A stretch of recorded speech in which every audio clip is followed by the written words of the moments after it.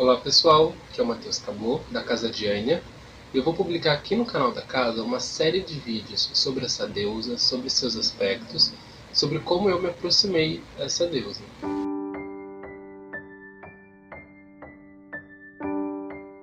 Porque a gente encontra bastante coisa sobre Anya no Google, ou Anya, a pronúncia fica sua. Mas a gente encontra sempre o básico, né? Deusa das fadas, deusa da soberania, deusa do sol.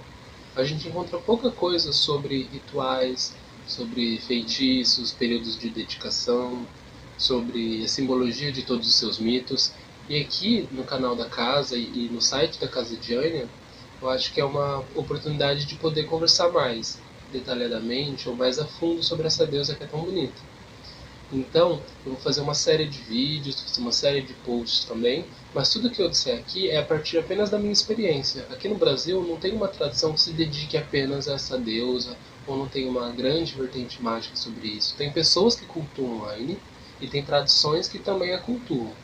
Temos a Green Fairy, a Star Fairy, que são tradições de fadas que se reconhecem no culto à Aine, mas a gente não tem uma informação muito popularizada sobre ela, muito ampla sobre essa deusa. Até porque ela é uma deusa que vem lá do sudoeste da Irlanda. Então, para chegar aqui na América do Sul, tem todo um percurso e as informações se perdem.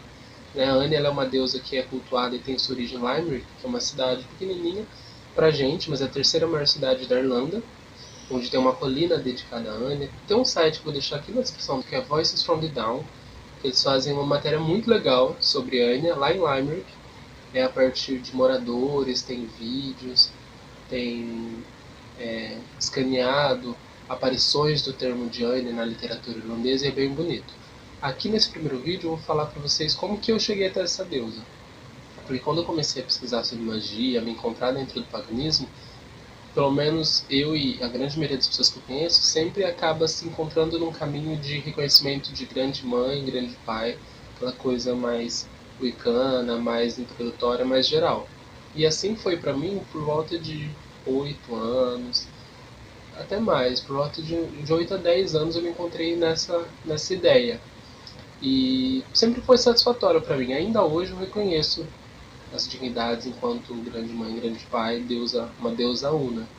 Mas em determinado momento eu comecei a sentir a necessidade de saber quem era a quem eu falava e quem me respondia, porque quando a gente tem uma relação de culto, né, uma relação de fé, a gente passa a se questionar, né, quem está me ouvindo, a quem que eu estou orando. Se a gente está falando uma grande mãe que é una, como que isso faço? Eu comecei a sentir a necessidade de materializar essa relação, digamos assim. E a gente nunca pode, pelo menos, claro que podemos, mas nunca muito interessante você pesquisar, sei lá, no Google uma deusa e gostei dessa deusa e vou me dedicar a ela. Você pode sim encontrar tradições, vertentes que te interessam, racionalmente dizendo, e aí você se dedicar a se encontrar nesse caminho. Mas é muito comum também que certas deidades, tradições e vertentes começam a aparecer no seu caminho. Então é super interessante você que também está se questionando com quem que eu converso, né? Quem é essa deusa que eu falo. Começar a observar.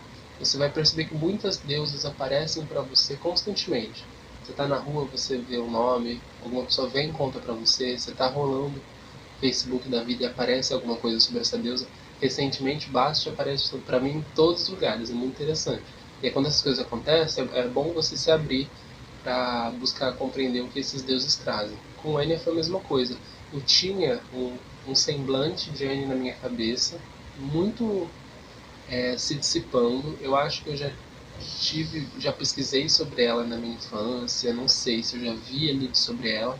Eu sei que o nome Anya estava na minha memória, eu não sei como.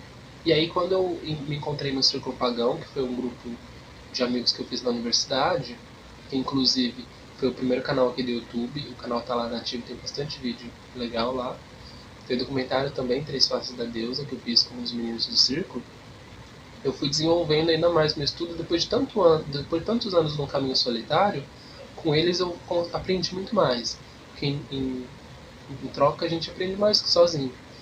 E aí eu fui desenvolvendo essa necessidade de personificar o que eu entendi enquanto deusa E esse nome sempre, eu nem sabia pronunciar, eu não lembrava exatamente como que era, mas eu sei que ele ficava naquela minha memória.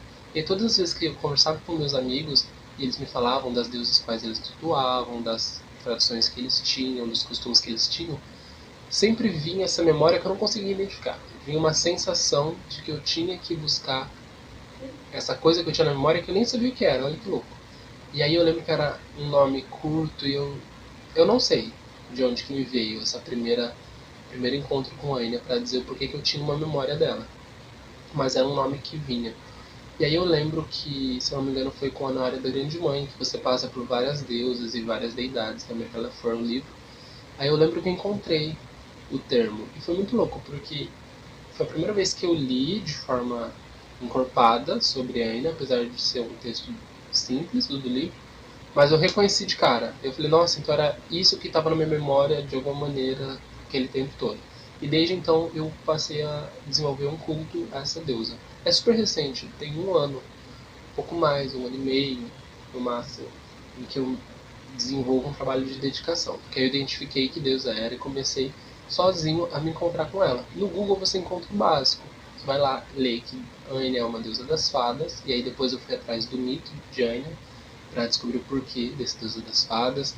Você vai ver como deusa do sol, e eu tive que voltar também nesses mitos. Como ela não é uma deusa brasileira, como Iemanjá, que a gente tem bastante material sobre ela, é difícil.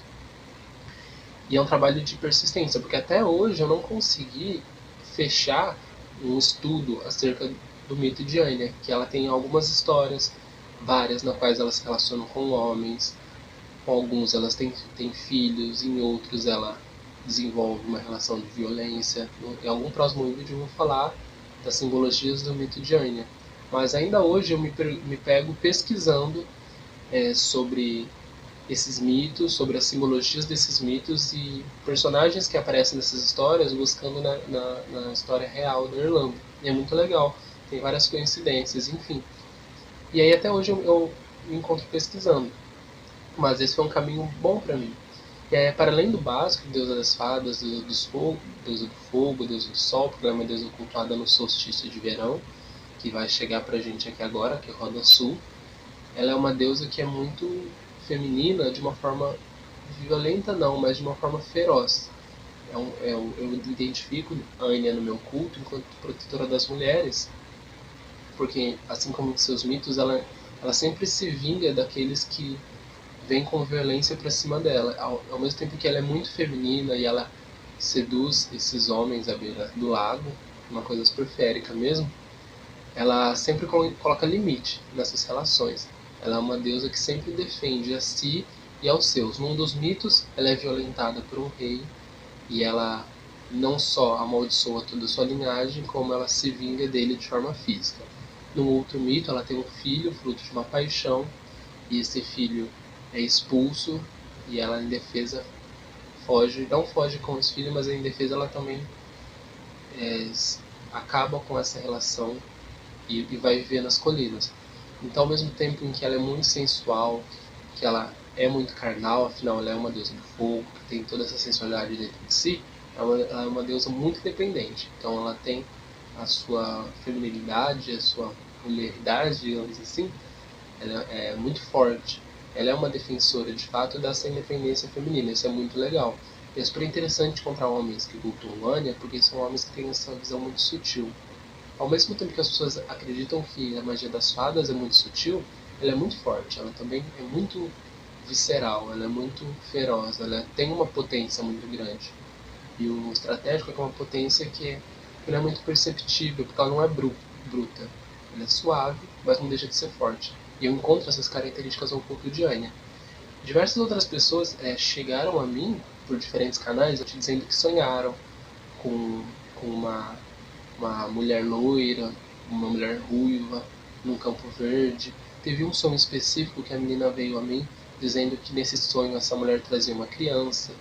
Teve um outro garoto que sonhou o encontro com essa mulher embaixo do pé de uma árvore, que eles viam uma luz saindo dessa mulher, enfim.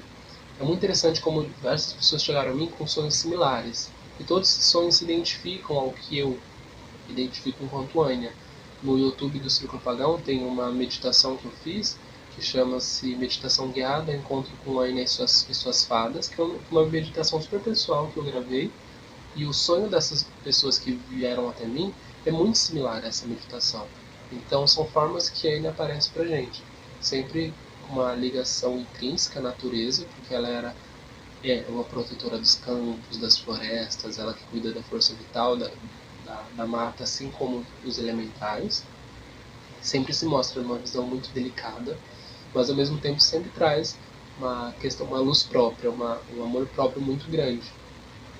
Ele pode encontrar Aina enquanto deusa do amor também, como deusa da sensibilidade, deusa da troca, né, afetiva, muito grande também. Então é interessante ver o porquê que a Aina aparece para você. Geralmente ela traz uma coisa que lhe falta, ou ela vem em reconhecimento a algo que você tem. Eu sempre tive esse culto ao feminino muito grande, então foi interessante ela aparecer para mim nessa memória que até hoje eu não lembro de onde. E uma dessas pessoas que vieram a mim falar de seus sonhos era uma garota que estava tendo muitos problemas, uma outra religião, problemas ligados ao seu ser feminino. Não era uma religião cristã, mas ela se sentia muito violentada nesse ambiente em qual ela estava. E ela começou a sonhar com essa deusa que foi preenchendo toda esse machucado que ela tinha com relação a si própria. E é muito interessante porque a Aina traz todo esse acalento às mulheres.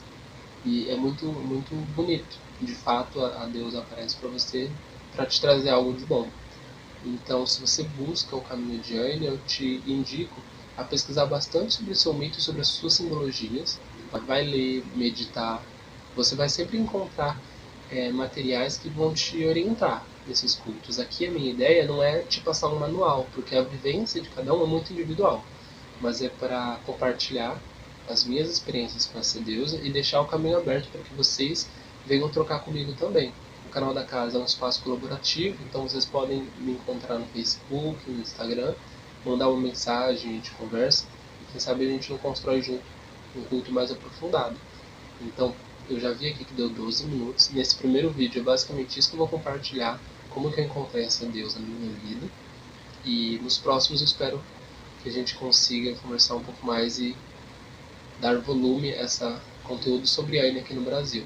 Tá bom? Um super beijo e até o próximo vídeo.